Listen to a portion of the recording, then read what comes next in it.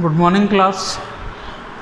Topic class 12th का maxima minima हम कर रहे थे एक्सरसाइज 6.5 और इसमें आज जो क्वेश्चन लिया है वो क्वेश्चन नंबर 23।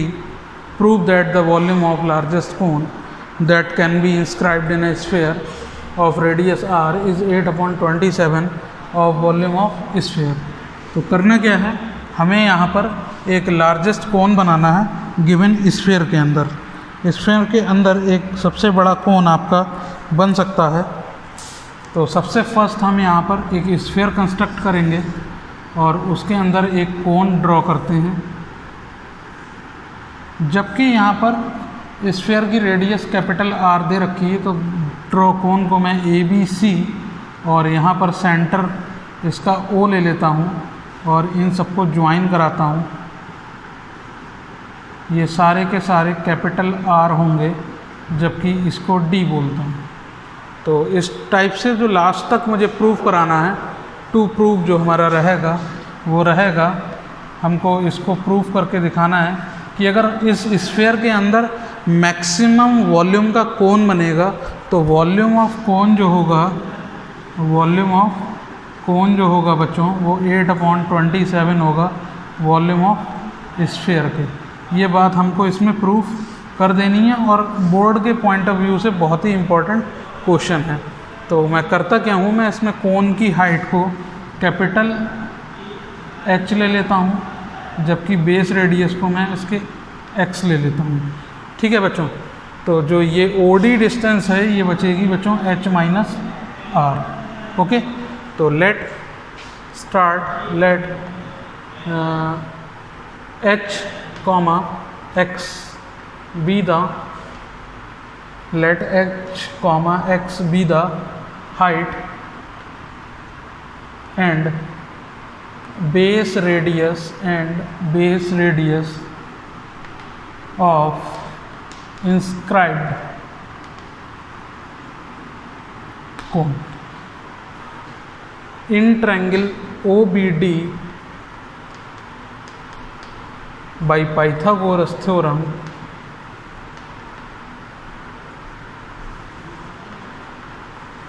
OBD में अगर मैं पाइथागोरस थ्योरम लगाऊं तो which is R² means hypotenuse का square equal H minus R का होल स्क्वायर प्लस बेस का स्क्वायर। तो इसको एक्सटेंड करने पे H² plus R² minus 2HR plus X²। R² cancel out और मैं यहाँ से X² की वैल्यू को ला सकता हूँ। X² equal to 2HR minus H²। Equation number first. अब प्रूव करना है कि वॉल्यूम ऑफ लार्जेस्ट कोन के वॉल्यूम को लार्जेस्ट दिखाना मीन्स मैं लेट कर लेता हूँ इसके वॉल्यूम को B। Let V be the volume of cone. Then cone का वॉल्यूम बच्चों आपको सभी को पता होगा, कोन का वॉल्यूम जो होता है वो क्या होता है 1/3 पाई रेडियस का स्क्वायर इंटू हाइट मीन्स 1/3 पाई X² into H।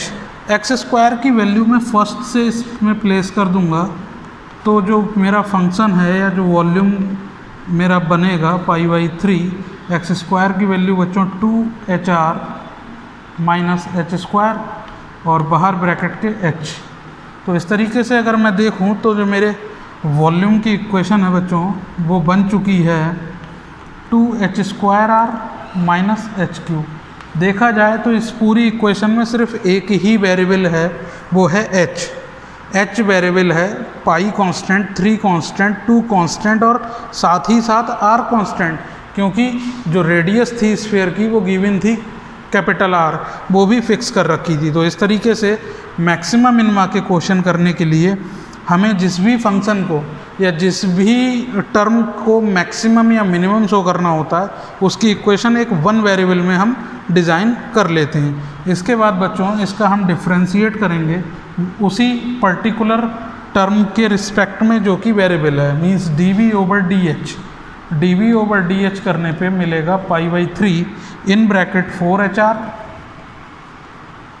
Okay, H square का differentiation 2h multiplied with 2, 4HR minus 3h square. Again एक सेकेंड डेरिवेटिव भी हम फाइंड आउट कर ही लेते हैं, dv2v over dh2 pi by 3 means 4r minus 6h। Okay, for maxima minima turning point निकालने के लिए फॉर मैक्सिमा और मिनिमा हम फर्स्ट डेरिवेटिव को 0 के इक्वल पुट करते हैं, means dv over dh equal to 0। dv dh को 0 करने पर ये दोनों टर्म इक्वल हो जाएंगे, मीन्स 3h स्क्वायर इक्वल हो जाएगा 4HR के। h कैंसिल आउट करने पर हमें h की वैल्यू जो आई वो 4r/3 आ गई। ये h की वैल्यू को मैं सेकंड डेरिवेटिव टेस्ट के अकॉर्डिंग इस h की वैल्यू को सेकंड में रखने पर देखूंगा कि हमारा जो सेकंड डेरिवेटिव है वो क्या बिहेव कर रहा है। तो नाउ d2v ओवर dh2 में निकाल रहा हूँ eight h equal to 4r/3 पर, और 4r/3 पे निकालने पर ये पाई/3 पहले से था और ब्रैकेट के अंदर 4r पहले से था माइनस 6h। यहाँ पर बच्चों 3h की वैल्यू 4r है तो 6h की वैल्यू 8r होगी, माइनस का 8r, और ये ओवरऑल सॉल्व करने पर हमें माइनस का 4πr/3 मिला which is less than 0, means एक नेगेटिव क्वांटिटी मिली।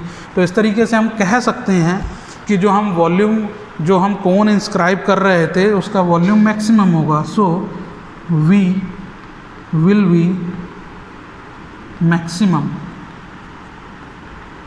और कब मैक्सिमम होगा, व्हेन जब हाइट जो थी कोन की हाइट 4/3 थी रेडियस के। ओके, कब मैक्सिमम होगा, जब height of cone equal to 4r/3। Now अब हमें मैक्सिमम वॉल्यूम निकाल लेना चाहिए, तो वॉल्यूम ऑफ कोन हम निकालते हैं, और वॉल्यूम ऑफ कोन निकालने के लिए हम मूव करेंगे इस साइड। वॉल्यूम ऑफ कोन बच्चों सबसे अच्छा वॉल्यूम ऑफ कोन आपका यहाँ से निकल सकता है।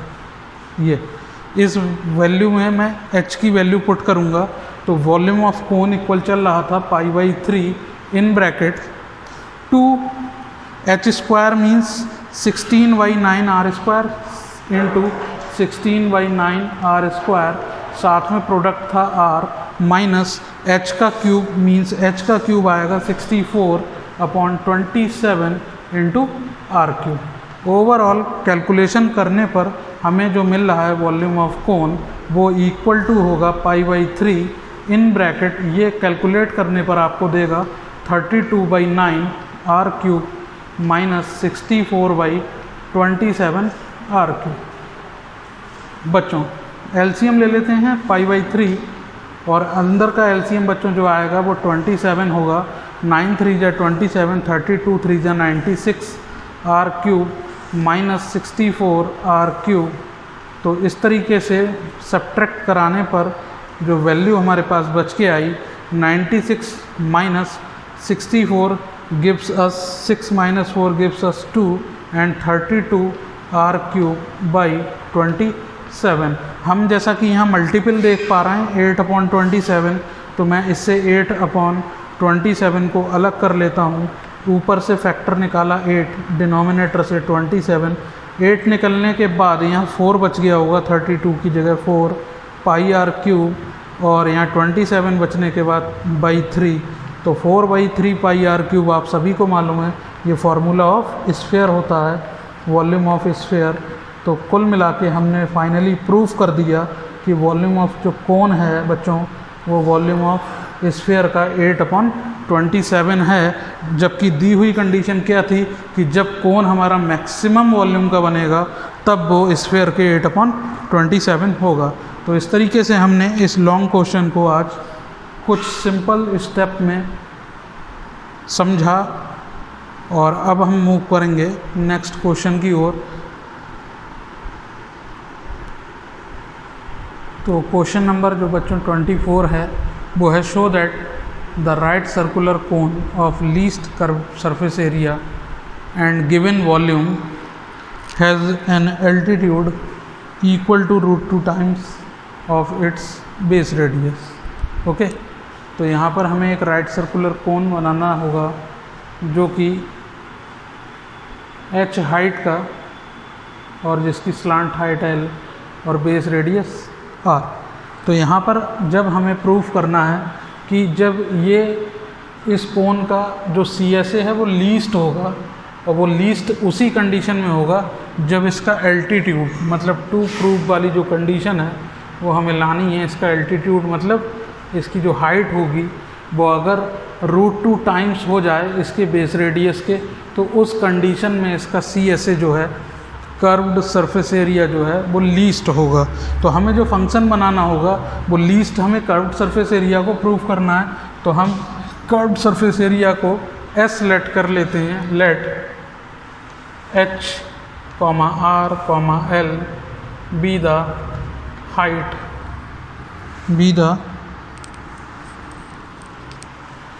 height, radius, slant height of cone. Okay, सबसे पहले हमने एक कोन कंस्ट्रक्ट कर लिया ABC, जिसकी height H, base radius R और स्लांट हाइट L थी। अच्छा, एंड गिवन कोन का वॉल्यूम जो गिवन था, मींस अगर इसका वॉल्यूम V है तो वो गिवन था V = 1/3 pi R² HK। Okay, then let S be the surface area of cone, जो कि हमें फंक्शन बनाना है वन वेरिएबल में। तो S = बच्चों जो होता है वो होता है पाई RL। तो इस तरीके से हम इसका स्क्वायर कर देते हैं, हमें मिलेगा pi square R² L², then S² = pi square R² L² जो बच्चों होता है वो H² प्लस R² के इक्वल होता है। तो इस टाइप से हमने जो इक्वेशन की मल्टीप्लाई कराई तो हमें मिला पाई square R² H² plus pi square R⁴।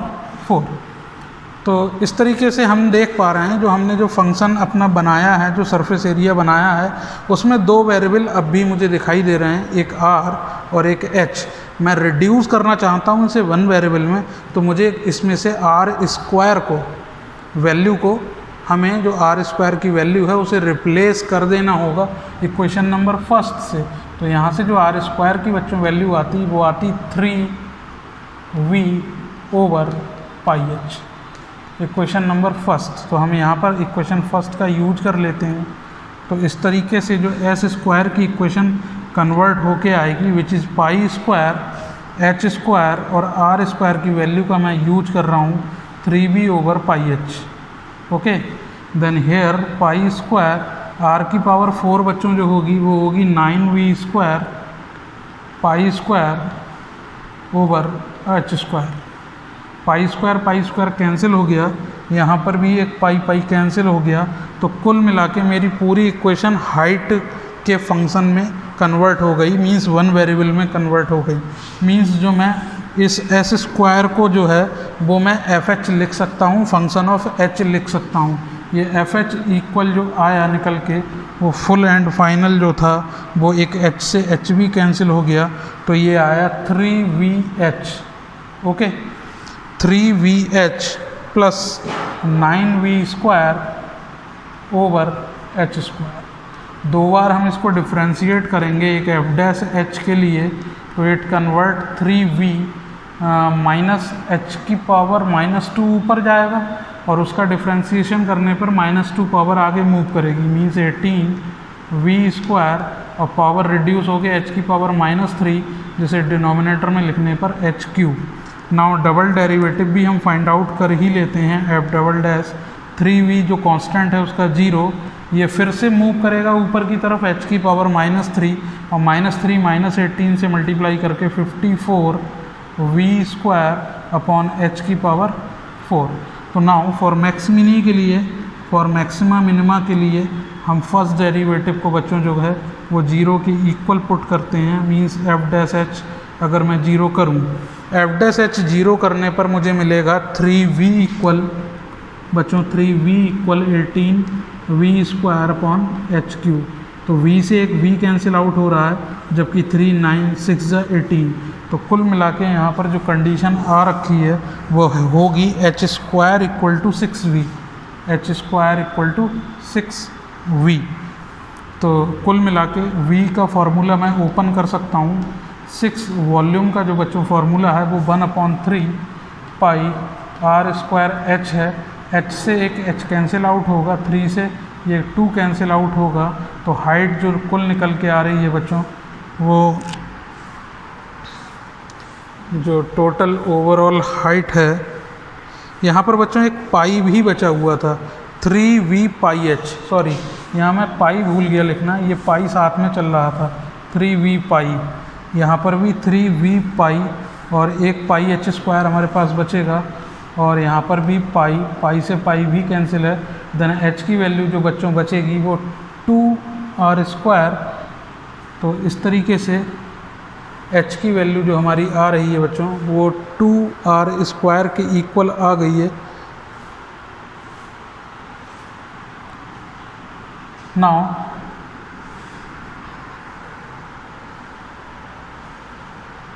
हम इस डबल डेरिवेटिव को टेस्ट कर लेते हैं, ये हमें पॉजिटिव मिलेगा या फिर निगेटिव। देखने पर h की वैल्यू भी एक पॉजिटिव क्वांटिटी है और यहाँ पर मैं h की वैल्यू भी पॉजिटिव पुट करूँ तो ओवरऑल ये एक पॉजिटिव क्वांटिटी शो हो रही है। It means greater than 0। So S means surface area will B, positive आने पर हम लोग लिखते हैं विल बी मिनिमम